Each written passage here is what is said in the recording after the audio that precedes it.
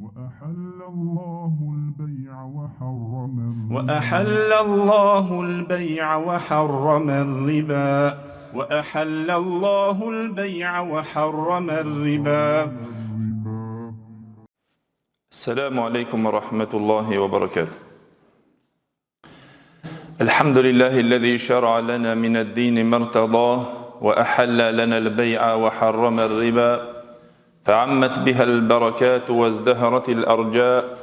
أشهد أن لا إله إلا الله وحده لا شريك له له الملك وله الحمد في الأرض والسماء. وأشهد أن نبينا وحبيبنا وشفيعنا محمد رسول الله إمام المرسلين وخاتم النبيين وصفوة خلق الله أجمعين. نشهد بأنه بلغ الرسالة وأدى الأمانة ونصح الأمة وكشف الله به الغمة وجاهد في الله حق الجهاد حتى أتاه اليقين. فصلوات الله وسلامه عليه وعلى آله وصحابته والداعين بدعوته والعاملين بسنته بإحسان إلى يوم الدين وبعد. Gjithë falënderimet dhe lavdrimet I takojnë Allahut xhelle xhelaluhu, salavatet dhe selamet nga thellësia e zemrës tonia për cilin profetit ton Muhammedit sallallahu alaihi wasallam, familjes së tij, shokëve të tij dhe gjithë ata të cilët pasojnë rrugën e tyre me të mirë deri në ditën e gjykimit.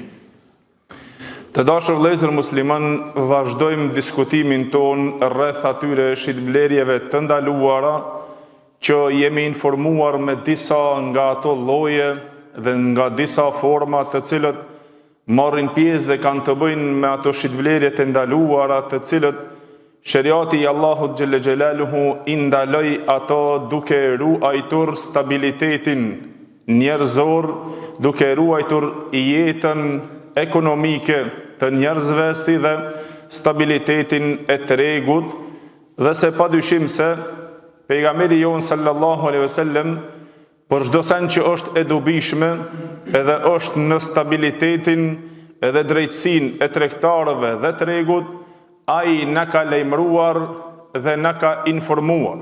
Dhe gjithashtu çdo sen e cila është e dëmshme dhe është pa drejtësi që dëmton dhe shkakton huti dhe është shfrytëzim si për tregtarët edhe për tregun e muslimanëve, pejgamberi jon sallallahu alaihi wasallam na ka informuar dhe na ka lajmëruar. Edhe nga ky kontekst pra kuptojmë se mu përat pejgamberi sallallahu alaihi wasallam është ai I cili na lajmëroi për gjitha këta gjëra, edhe për ato njërën prej këtyre të llojeve të shitblerjes, pra të cilët ishin të ndaluar. Na folëm për një shitblerje që pejgamberi sallallahu alaihi wasallam ndaloi në dersin e kaluar, e ajo ishte mos dalja dhe mos pritja e atyre të cilët vinë në treg për t'ja u marrur mallin atyre me çmimet apo me mashtrimet që ata të cilët nuk I dinë. Pra ky ishte interesi I parë në të cilën pejgamberi sallallahu alaihi wasallam parandaloi që në interesin e atyre të cilët janë individual, të atyre të cilët do të vinë nga jashtë për të shitur në treg apo për në qytet të shitur mallin e tyre, që mos të del dikush edhe të I mashtron ato, apo të shfrytëzon paditurinë e tyre për t'ja u marrur mallin e tyre dhe për t'ja u shitur atyre, pra që të mirret pra me çmim shumë të ulët dhe të mirret në përkom. Por gjithashtu ajo e cila lidhet pra që do të ndalemi sot është një lloj tjetër në të cilën ka të bëjë pra edhe për interesat e tregtarëve të cilët janë në qytet, ato të qytetit, ato të tregut të cilët gjenden në treg, që mos të cenohet edhe fitimi I tyre, mos të dëmtohet dhe interesi I tyre. E pejgamberi jon sallallahu alaihi wasallam edhe mu për këtë pikë pra ka folur, e cila është pra kapitull gjithashtu në jurisprudencën islame që është vendosur, e ajo është shitblerja bejul hadiri lil badi. Shitblerja e ati vendasit ndaj ati të ardhurit. Shitësi që të shet për atë I cili është duke ardhur. Ke ai nga shketira, kaj nga beduinët, kaj nga fshatarët, apo nga vende tjera të larta, që ai vjen në treg për ta shitur mallin e tij. Pa marrë parasysh cili do mall që tjetë, ai që vjen nga jashtë për ta shitur mallin e tij, gjithashtu pejgamberi sallallahu alaihi wasallam pra foli dhe ndaloi një akt të tillë, edhe një formë të tillë që mundet të ndodhë e të cenohet pra interesi i tregtarëve gjithashtu, e kjo është pra në të cilën pra bazohet hadithin e Imam Muslimit nga Jabir ibn Abdillah radiallahu anhu, i cili tha pejgamberi sallallahu alaihi wasallam, la yabi'u hadirun lil badi. Mos të shet ai vendasi, ai qytetari, ai që është tregtari i tregut aty që është pra i vendit në qytet, mos të shet për atë i cili vjen nga jashtë. Pra ke ai fshatar, ke ai i cili vjen nga vende të ndryshme, nga jashta tregut. Pra si është kuptimi i kësaj?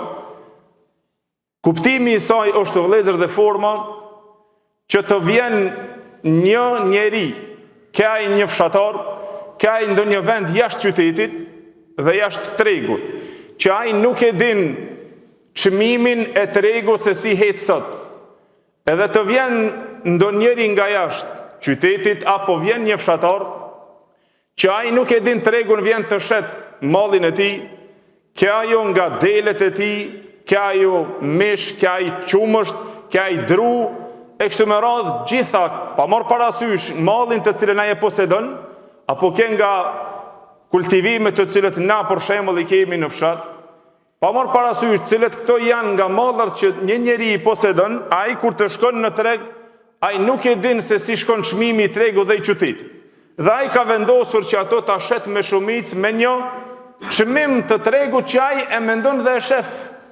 E nuk lejohet pra, sipas këtij konteksti që është vendosur kapitull, edhe diskutuan dietarët, që ai ta pret njëri i cili është i tregut, ai i qytetit aty brenda, që ai ta pret kitë që vjen nga jashtë, edhe para sa ai ta shet i thot ma le mallin ti mu këtu, mos nxito që të futesh drejt e ta shesësh me ndonjë çmim të lirë e të mashtrojnë. Ma le mallin mu, unë do ta shes nga dal me çmim shumë më të lartë. E pastaj ky normal që njeriu që futet në fillim, ai thot mund me mashtru, unë mendova se çmimi normal sikur që ai e shef drejt dhe e shet. Në shumicën e rasteve ndodh që tregtari kur të futet për shembull në treg, ai që vjen nga jashtë e ka mallin e tij, ai që e ka mallin e tij shikon si shkon dhe kushdo i cili jep çmim njëri, i dyti, i treti, ai e shet më një herë komplet mallin. Por nëse nuk e din çmimin, atëherë mund ta shet një çmim sikur që ai e ka menduar parafërsisht. Por mund të luan çmimi ato tregtarët që janë në treg, ato atëherë e kanë dhe interesin e tyre të cilën e blen një mall prej këtij cili është futur në treg. Se tham interesi i parë ishte që pejgamberi sallallahu alajhi wasallam ndaloi që ti të paraprish para se të futet në treg. Ai kur të futet në treg e shef mo se si shkon domethën tregtia, si shkon në atë moment pazari apo malli, se si shitet dhe si është çmimi, ai shet ashtu sikur që don. Po ka prej tregtarëve dikush që del dhe i paraprin atij kur të futen në treg dhe i thot ngadal mos nxito, ma le mallin mu, unë ta shes ngadal me çmim shumë më të lartë.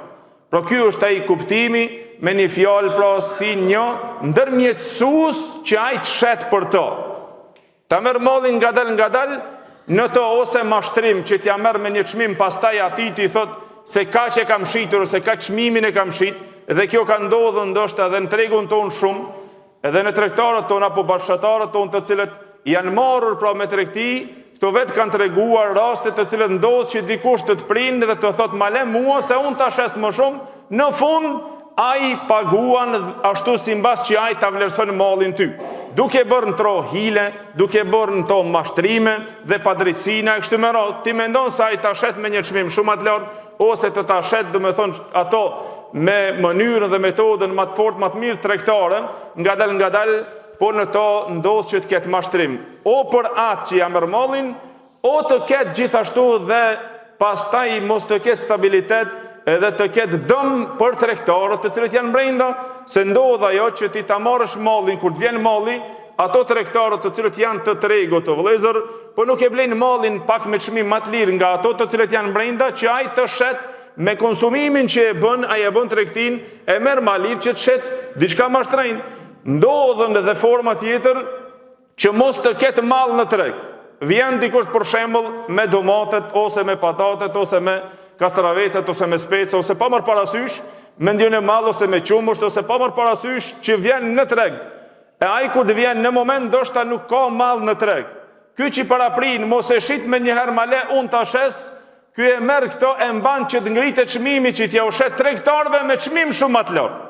Edhe ky lloj mashtrimi ndodh. E më përran, sheriati i pastër islam i ka mbrojtur për këto interesa, kënë ato individual edhe gjithato ato të cilët janë shoqëror në çështjen e tregut e cila është pra brenda. E më përran pra, dietarët e vëllezër në përkufizimin e këtij konteksti të këtij kapitulli, thanë çka nën kupton pra që të jetë mos të shet ai qytetari ai vendasi për atë të ardhurin që vjen nga jashtë, pra është ai që është në qytet, ai është që është brenda, që është në vend, mos shet për atë i cili vjen nga jashtë, që të bëhet në tonë ndonjë padrejti, ndonjë shfrytëzim, ndonjë mashtrim, që të shkaktohet oti dhe jo stabilitet në çështjen e pronarëve të tregut aty. Gjithashtu, vëllezër, atëherë pra diskutimi këtu ngel për shkak se erdhën hadithet pejgamberit sallallahu alaihi wasallam në këtë kontekst edhe për këtë tematik, atëherë dietarët pra shkuan në diskutimin e tyre se si qëndron vendoshmëria sheriatike për to, cila është hukmi dhe gjykimi islam dhe jurist në këtë pikë. E mu për atë pra dietarët u ndan në tre mendime në dispozitën e kësaj shitblerje. Atëherë pra, mendimi i parë shkuan në ato se është haram, duke u bazuar në hadithet e qarta e të shfaqura, të cilët janë pra në ndalimin e këtij lloji apo këtij akti, kësaj forme të shitblerjes. Edhe në to pra janë shumica e dietarëve se ky ndalim erdh se është haram.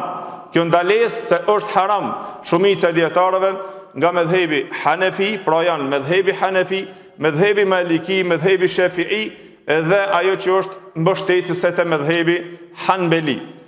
Gjithashtu, vëllezër, pastaj mendimi i dytë janë në ato se është e urrejtur dhe e papëlqyer kjo lloj shitblerje nëse bëhet. Pra ta pret qytetari atë çka vjen për ta marrë mallin e tij, edhe pastaj që ai t'ia shet të thot leje këtu se unë ta shesat me çmim më të lartë, thanë kjo çështje, kjo lloj shitblerje, pra është, pra me këto ndalesat nuk është që është direkt haram, po thanë është në urrejtje dhe në papëlqim. Në këtë shkuan pra të dietarët të cilët e mbajtën këtë mendim prej dietarëve, edhe një pjesë e madhe prej medhebit Hanbeli, që ato shkuan pra në këtë mendim se është e urrejtur, duke bartur argumente tjera të përgjithshme. Për shkak se u bazuan argumentet e qarta të shumica e dietarëve, të cilët thanë se është haram, argumentin e parë hadithin të cilën e cekun pra që e transmeton Imam Muslimi nga Jabir ibn Abdillah radhiyallahu anhu, i cili tha se pejgamberi sallallahu alaihi wasallam ka thonë la yabi'u hadirun lil badi. Mos të shet ai vendasi për atë të ardhurin. Qytetari për fshatarin. Mos shet ky të bëhet ai ndërmjetësuesi për to. Gjithashtu hadithin të cilën tjetër pra transmeton Imam Buhariu dhe Muslimi nga Abu Huraira radhiyallahu anhu, i cili tha se pejgamberi sallallahu alaihi wasallam ka thonë la yabi'u hadirun lil badi apo li badi. Mos të shet ai vendasi për atë i cili vjen pra nga jashtë qytetit apo nga jashtë tregut. Gjithashtu hadithi tjetër të cilën e transmeton Imam Buhariu dhe Muslimi nga Ibn Abbas radhiyallahu anhu, i cili tha se pejgamberi sallallahu alaihi wasallam ka ndaluar kur tham lidhja është shumë me këtë tematik me atë të cilën të kaluarën, se pejgamberi sallallahu ndaloi tha la talaqaw rukban, mos dilni ti paraprini aty në të cilët vinë për të shitur pra në qytet, me ju parapritur me jo mërmallin, dhe gjithashtu tha la yabiu hadirun lil badi. Mos të shet ai që është i qytetit për atë. E pastaj o vëllezër e pyetën Ibn Abbasin radhiyallahu anhu dhe thanë çka është kuptimi i hadithit pejgamberit sallallahu alajhi wasallam për këtë çështje që mos shet qytetari për fshatarin, mos shet ai vendit për atë të ardhurin. Tha kuptimi është la yakunu lahu simsaron.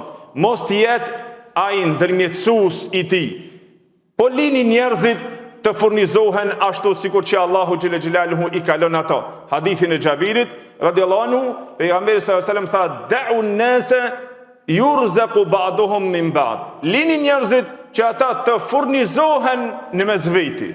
Ai të futen treg, ky ta bën tregti, ky tjetri, ky tregtari ta blen pi atij që ka ardhur, të futen treg dhe të bëhet tregtia aty. Lini njerëzit, tha pejgamberi sallallahu alajhi wasallam, që të furnizohen në mes veti. Ti furnizon Allahu xhelle xhelaluhu mes njëri tjetrit. Ai blen, ky shet, ky tjetri e ka bler, ky tjetri e ka marrë çmimin ma lir, ky tjetri e shet mashtrenj. Pra tregtia në treg bëhet ashtu që mos të futen to mashtrimet edhe manipulimet. E mu për atë hadithin tjetër, pra në të cilën domethënë të gjitha janë pra këto hadithe në të cilët i shpjeguam o vëllezër dhe janë shumë, xhumhuri shumica e dietarëve edhe të mëdhejbeve të cilët i cekun pra si Hanefi, Shafi'i, Maliki dhe mbështetësin Hambeli, pra janë në ato se janë të qarta dhe të shfaqura hadithet për ndalimin dhe ky ndalim tha është ndalesa haram, që është e ndaluar rreptësisht pra që ka të bëje me haramin si mëkat që është e ndaluar haram. Këto të mendimit të dytë thanë se është mekruh dhe u bazuan me hadith të përgjithshëm. Një hadith të cilën e transmeton Imam Muslimi nga Buhari radhiyallahu anhu që pejgamberi sallallahu alajhi wasallam tha haket e një muslimonit për një muslimonin janë 6. E njërin prej tyre tha idha stansahaka fansah lahu, kur ai të kërkon prej ty këshill, atëherë ti këshilloa ato.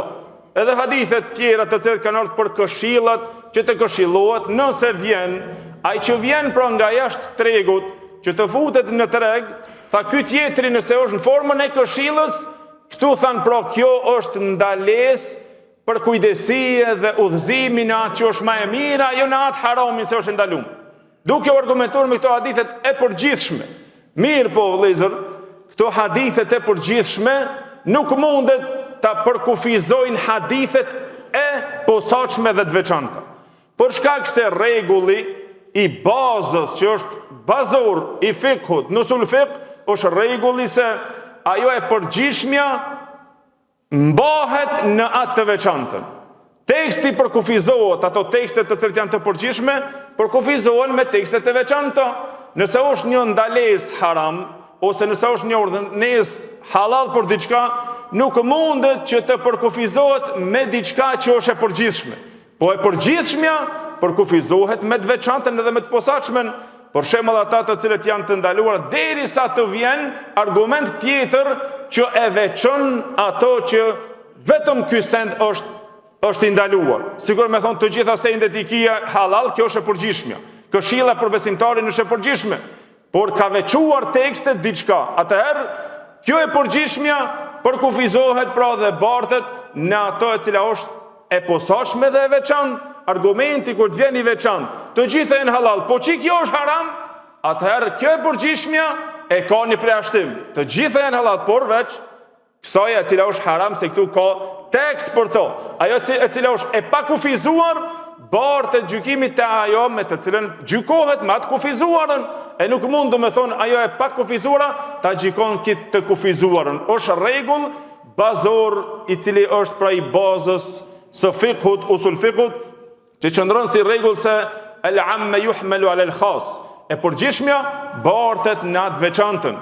Kur është ndalesa për shembull përgjithshme, diçka ka, nëse ka lejesë, do të më ardh argumenti i qartë dhe i prerë që ka lejuar për diçka.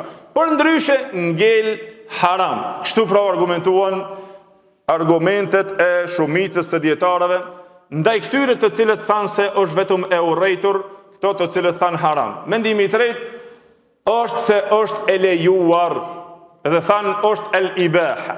Është e lejuar lejushmëria e kësaj lloji të kësaj shitblerje, tha për arsye se ka qenë moment që pejgamberi Allahut e ka ndaluar, edhe këto shkuan pra në atë mendimin se është bërë e shfuqizuar. E ky mendim i tretë në këto shkuan se është e lejuar dy tabiinët e njohur Ata ibn Abi Rabah dhe Mujahid ibn Jabr, një transmetim nga Imam Ahmedi, e kështu me radhë, të cilët e ndjekën o vëllezër këtë mendim se thanë se është e lejuar kjo çështje, duke sjellur si argument se është e shfuqizuar. Mirë po dietarët, të cilët janë të xhumhurit për shumicës që cekëm domethënë dhe në to mëdhëbet, katër mëdhëbet, ato argumentuan në këto se thanë se nuk mund të shfuqizohet ndonjë argument, ke ajet, ke hadith, pa pas argumentin e qartë në to. Nuk mund të shfuqizohet me hamendje se ka ardhur ose s'ka ardhur, dhe argumenti tjetë ose para ose mbas. Të dihet kur ka ardhur ky që e ka shfuqizuar. Për atë duhet shumë kujdes në çështjet tematike të cilat janë të fikut, që njeriu me pas kujdes në këto pika dhe dietarët na i sqaruan.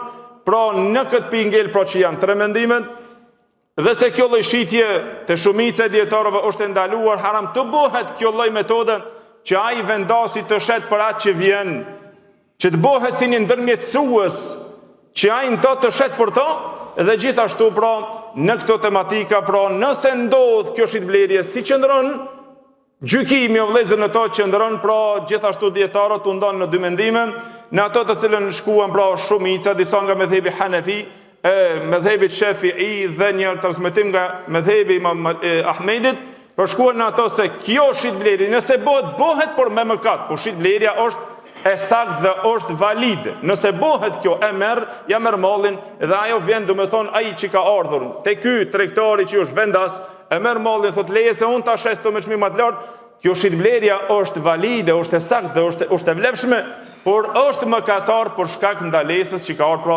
hadithet e Pejgamberit sallam, e kurse disa dietar tjetër mendimi tjetër shkuan se edhe kjo shitblerje, pra kjo kontratë është batil, është e pavlefshme dhe nuk ekziston.